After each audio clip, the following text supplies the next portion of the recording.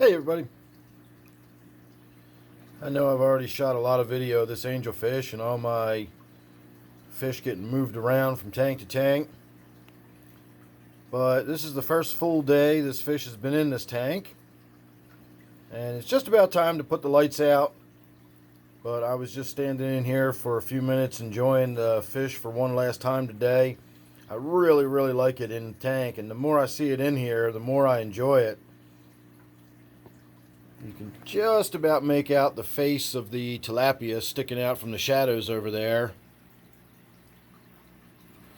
So I'm thinking maybe if the tilapia had some companion fish, I don't necessarily want to call them dither fish, but if maybe there was some other cichlids or some other, larger type fish, it would come out a little more. I don't know. It's worth thinking about. But I said sort of half jokingly in the video earlier today that now that I see this fish in this tank, it almost makes me want to go out and buy some more wild type or similar. I don't think this really technically is a wild type angelfish, but that sort of brown and gold with the dark lines on it, those markings are fairly common, and I tend to think of that as that sort of wild type angelfish. And so having a bunch of them in this tank, I think, would look fantastic. Some people have suggested I collect up all the angelfish I've got in my other tanks and put them all in here together.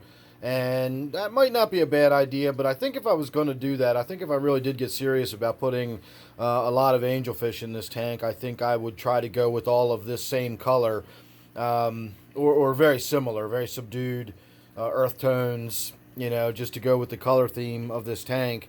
And then the other thought that has popped into my mind about this tank that I just can't get out of my head now that I've thought about it is having a school of about 15 or 20 Cardinal Tetras swimming around in this tank. I talked a lot over the summer about putting the rosy side dace in here just for that extra little splash of blue and red. And while that would be a splash of blue and red and keeping it, native, do I really care that much about keeping it native? It's not like I'm the only one who's setting any restrictions on myself. I'm not required to keep this a native tank. It just always sort of has been.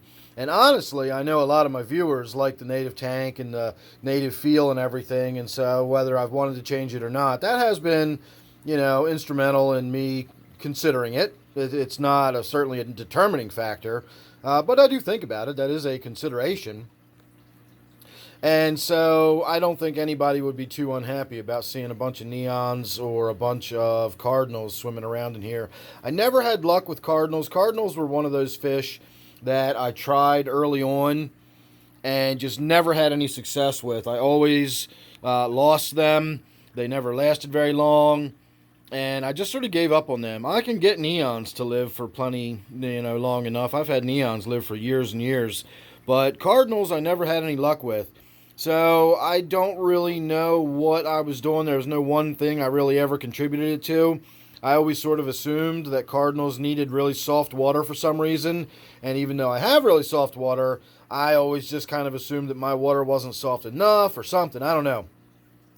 But maybe I'll give that a shot again. Maybe I'll see about getting down to my good fish store about an hour's drive from here and see if I can't work out some kind of deal. Maybe I can take down a bunch of my plants. I wouldn't get a whole lot in the way of store credit, but a lot of times I can get a discount just for going down there and shooting some video and, kind of doing some advertising for the store here on the YouTube channel.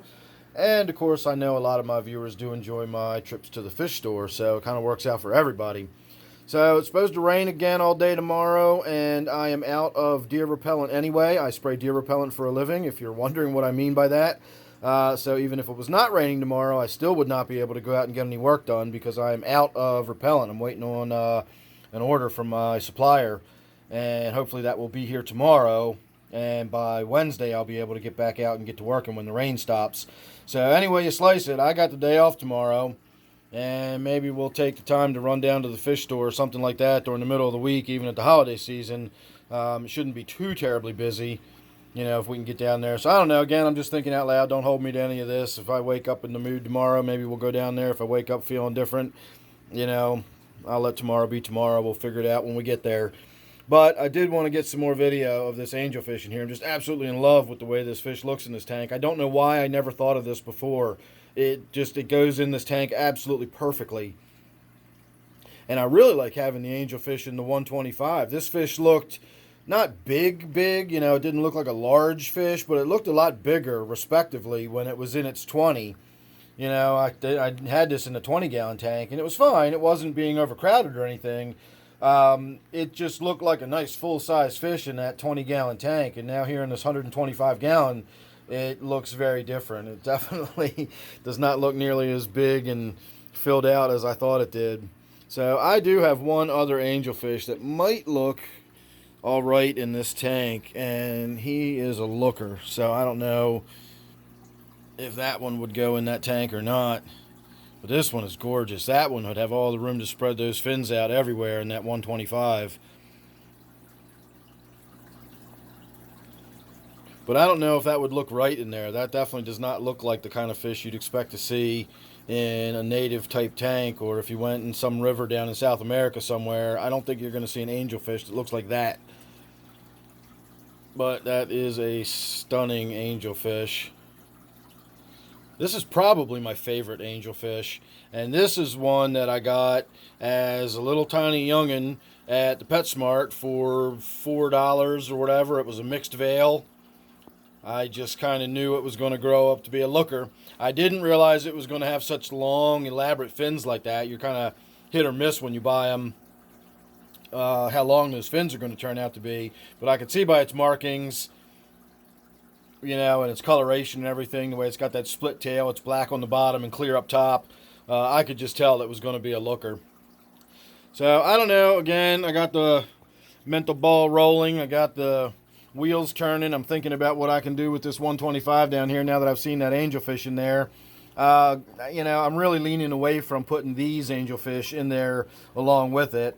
As pretty as they are, I think they would really just wreck the flow of that tank. I just don't think it would have that same vibe and feel, and that's why I'm digging this one. You know, I know it's not necessarily a native fish, but it doesn't wreck the vibe of this tank at all. It's definitely got those earth tones, those tans and browns. You can almost call this my brown tank, you know. My tilapia has a fair splash of color, but it's, you know, you got to really see it out in the light, and it's more of the markings and tracery in its tail rather than a big, vibrantly colored fish like those angelfish. Now, somebody did suggest putting my diamond tetras in there, and I don't know if I would want to actually take these out of the tank and put them in there, but I would certainly be open to the idea of getting more diamond tetras and putting them in the tank. But again, at that point, we're starting to sort of drift away from, you know, the overall feel of what it looks like right now. And again, that's, you know, I'm not married to the idea that this has to always be a native tank. You know, over time, it can gradually morph into a South American tank. I've always sort of talked about that as being my other idea of what I would like to do with this tank, is turn it into a South American cichlid tank. And by that, I either mean like a group of, you know, smaller, non-aggressive type cichlids, several angelfish maybe, some apistos on the bottom, that kind of cichlids, or just a straight up like big pike cichlid and just have a mated pair with like a big pleco on the bottom or something like that.